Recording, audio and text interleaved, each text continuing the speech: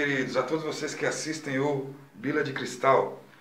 Hoje nós vamos fazer a segunda parte sobre o Egito Antigo. Viu como tá legalzinha a touca? Espero que vocês curtam. Então, na última parte nós falamos sobre múmias, o porquê de mumificar, as pirâmides, a existência da ideia deles de uma vida após a morte. Explicamos tudo isso. Hoje nós vamos falar sobre o Nilo, rapidinho, sobre o deserto, a sociedade e faraós, se não no terceiro vídeo então. Beleza? Vamos lá. O grande rio Nilo. Se não fosse este rio, não existiria o Egito. Imagina que absurdo seria um mundo sem o Egito Antigo, sobre o fascínio que nós temos por esse lugar. E um dia eu vou lá, hein? Ele era tão importante que, por quê? As tribos nômades viram que era um lugar com muita água, um solo fértil, e era possível ficar ali. Não tinha por que ficar andando de um lado ao outro, igual, diria minha mãe, uma barata tonta. Certo? Então, se fixando ali, eles começam a viver em comunidade e aos poucos vão crescendo, crescendo, até se tornar o Egito que nós conhecemos. Só que o Nilo, ao mesmo tempo que era visto como um deus, uma dádiva, ele tinha uma maldição, se eu posso falar assim. Nos tempos de inundação, tudo que estava à sua volta morria, e era o ponto mais fértil, o solo melhor para se plantar.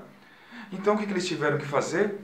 As tribos foram se unindo para trabalharem em conjunto, fazendo canais de irrigação nas margens, porque esses canais de irrigação continham as inundações e, além de conter as inundações, levavam água para pontos mais distantes também, para deixar esse solo mais fértil também. Então, essas tribos, quando se uniram, a gente não podia mais chamar elas de tribos. Então elas foram chamadas de, olha a palavra, nomos. Estranho? Sim, mas é o nome que eles usaram. Então, as tribos unidas começaram a se chamar nomos. E todo lugar, galera, onde tem um grupo de pessoas, precisa de ter um líder. E esse líder é chamado de nomarca. Mas como assim, professor? Por que não monarca? Porque nomo, nomarca. Simples assim. Beleza? E esses nomarcas eram os líderes desses nomos, que foram se espalhando por todo o Egito. E o Egito, então, foi obrigado a se dividir em Baixo Egito e Alto Egito. Baixo Egito, Alto Egito? Como assim? O Alto Egito, basicamente, eram os nomos que ficavam nas regiões montanhosas. E o Baixo Egito, nas regiões dos rios. Bem simples, não tem nada a ver com classe social ou qualquer outro tipo de coisa, certo? E os nomarcas do Baixo Egito usavam um tipo de coroa, essa aqui. E os nomarcas do Alto Egito, outro tipo de coroa, esta aqui. Beleza?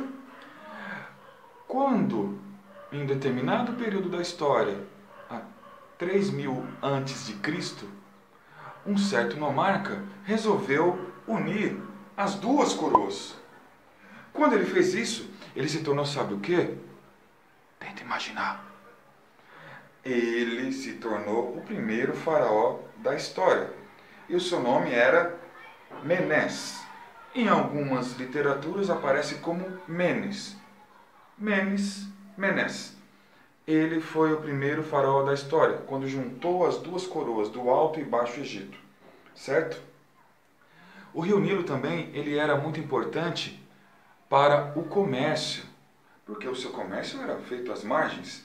E a navegação dele também passava o produto de um lugar a outro. E a gente sabe que quando fala de Egito, não tem como não lembrar de deserto, principalmente o deserto do Saara. E basicamente o deserto é um lugar cheio de areia. Para que saber do deserto? Mas o deserto do Saara foi bastante importante para uma civilização que surgiu bem depois, os islâmicos. E eu costumo dizer o seguinte: se ilha, a definição dela, vulgarmente falando, é uma porção de terra cercada de água por todos os lados, o deserto tem o seu oásis, que é uma porção de água cercado de terra por todos os lados, me entendem? Porque o oásis é o único lugar onde tem água e vegetação. Beleza? Esse foi Egito Antigo, parte 2. Vou ter que fazer a parte 3 referente aos faraós. Tutancâmon, Cleópatra, entre outros. Beleza, gente? Espero que tenham curtido. Esse foi mais um Bila de Cristal. E voltaremos com Egito, parte 3. Deem seu like, assistam o vídeo até o final. É isso aí. Valeu! Abraço!